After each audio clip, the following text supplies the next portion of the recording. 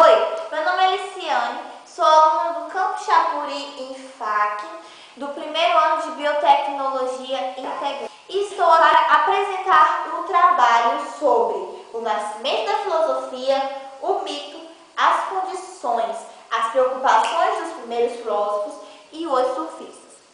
Para você entender mais sobre este assunto do nascimento da filosofia, você precisa entender alguns fatores que levaram o nascimento da mesma.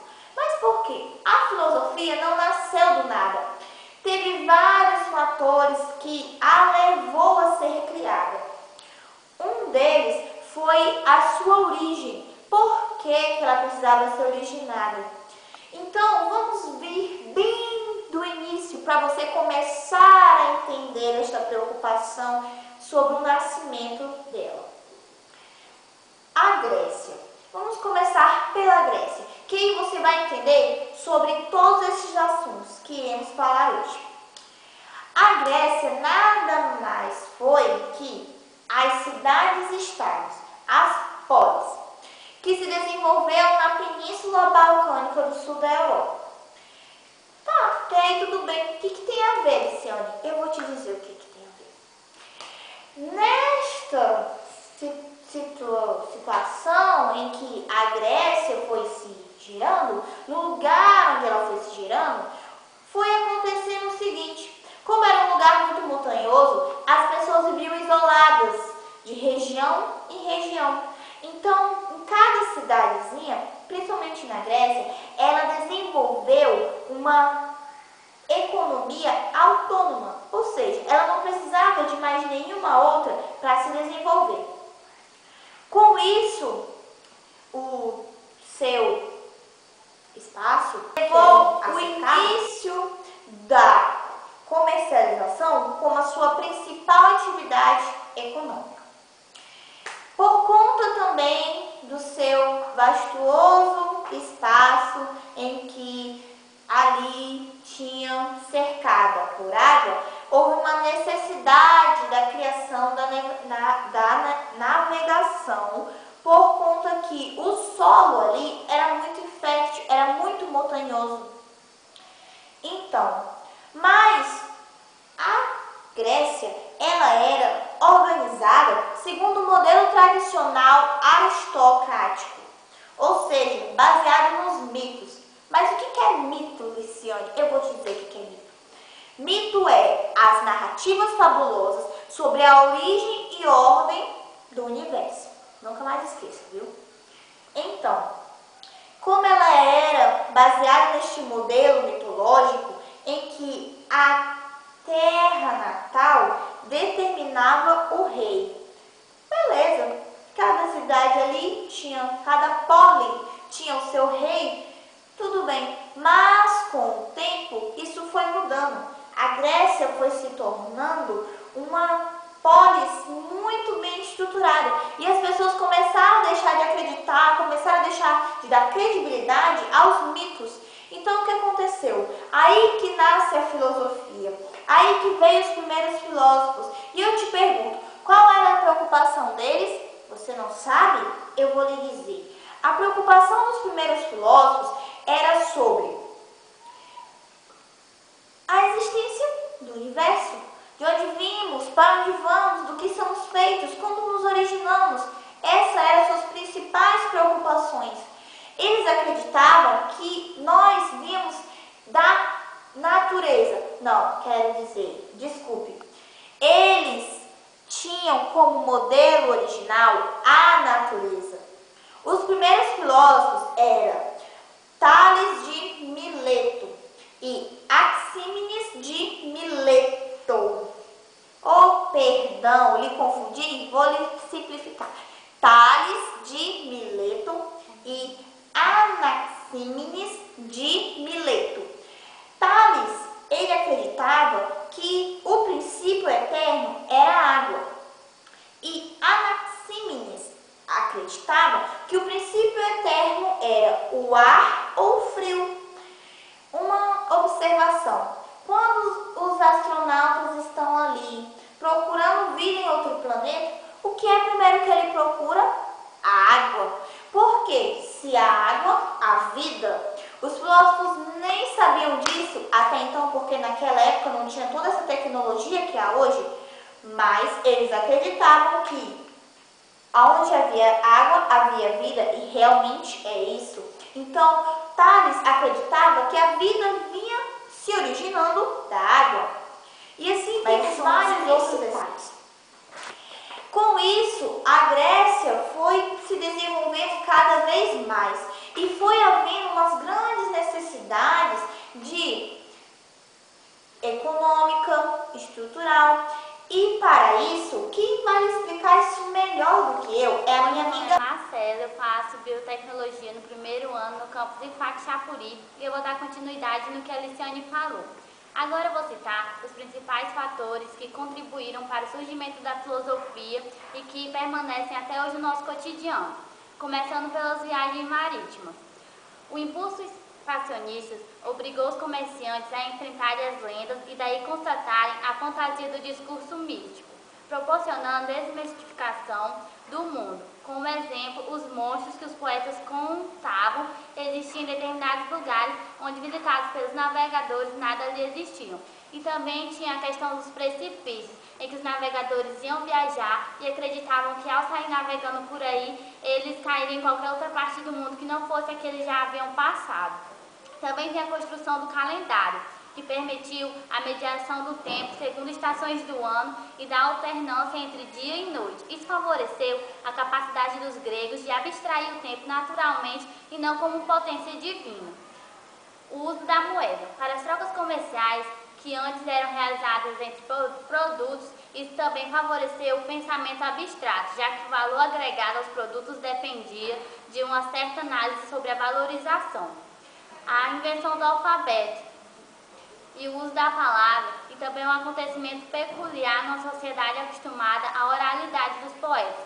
Aos poucos cai em desuso o recurso às imagens para representar o real e sujo.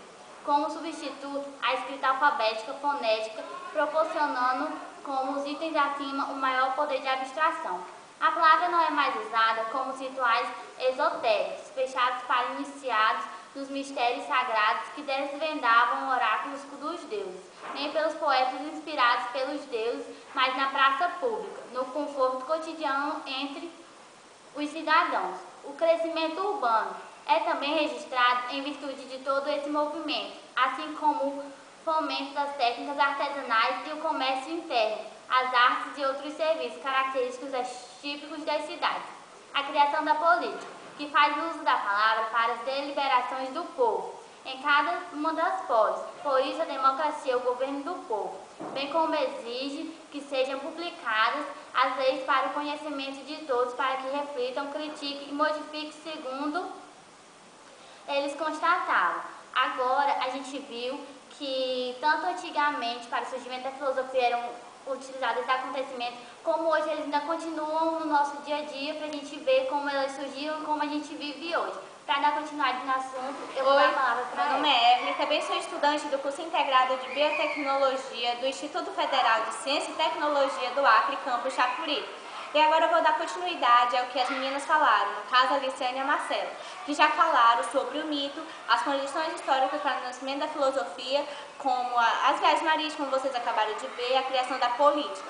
E agora eu vou falar sobre os sofistas e um pouco sobre os pré-socráticos, que fala assim: na história do pensamento grego, houve uma fase muito particular que foi extremamente importante, mas de duração relativamente curta, o período dos sofistas.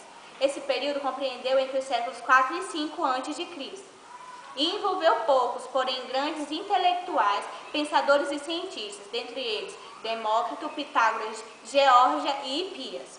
Bom, você ainda não entendeu o que são os sofistas? Calma, ainda tem muito mais pela frente e você vai entender. Bom, os sofistas sistematizaram e transmitiram uma série de conhecimentos estudados até os dias de hoje. Dominavam técnicas avançadas de discurso e atraíam muitos aprendizes. Eles não ensinavam em determinado local, eram conferencistas itinerantes, viajando constantemente. Ou seja, eles não paravam quietos num canto, vamos dizer. Eles eram pessoas que que não gostavam de ficar parados, ficavam andando por aí, mas não fazendo qualquer coisa, sim, eles levavam conhecimento às pessoas. Bom, os sofistas ensinavam por meio de uma designação geral de filosofia que compreendia uma série de conhecimentos não abordados pela escola regular, como física, geometria, medicina, astronomia, artes e filosofia em si. Antes de mais nada, os sofistas se preocupavam em manejar minuciosamente as técnicas de discurso, a tal ponto que o interlocutor se convencesse rapidamente daquilo que estavam discursando. Para eles não interessavam se o que eles estavam falando era verdadeiro, pois o essencial era conquistar a adesão do público ouvinte, o que fez eles criarem uma grande confusão com os filósofos. Por quê? Porque os filósofos, o lema é, amamos a verdade. E os sofistas, eles não se preocupavam se eles podiam estar defendendo ou não uma verdade, poderia ser uma mentira e tal, e ele está tentando convencer as pessoas, induzir a mentira, ou então convencendo as pessoas e induzindo a verdade. Eles não ligavam para isso. Bom, e como os filósofos são uma verdade, isso fez com que eles ficassem um pouco inimigos. Bom, contrapondo-se à maiêutica de Sócrates, a retórica dos sofistas não se propunha a levar o interlocutor a questionar-se sobre a verdade dos fatos, dos princípios éticos ou dos sentimentos. Ao contrário, a retórica busca inocular no ouvinte ideologias que sejam aproveitáveis para a manipulação do povo. Entre as maiores divergências entre o pensamento dos sofistas e o de Sócrates, destaca-se o fato de os sofistas cobrarem por suas lições preços bastante elevados, enquanto Sócrates lecionava muito mais por paixão do que por uma compensação financeira. Porém, cabe ressaltar que naquela época os sofistas eram os únicos capazes de desenvolver uma cultura geral aprofundadas e ao mesmo tempo formar oradores eficazes. Ou seja, Sócrates, ele trabalhava mais pela paixão que ele tinha de ensinar e ele não cobrava.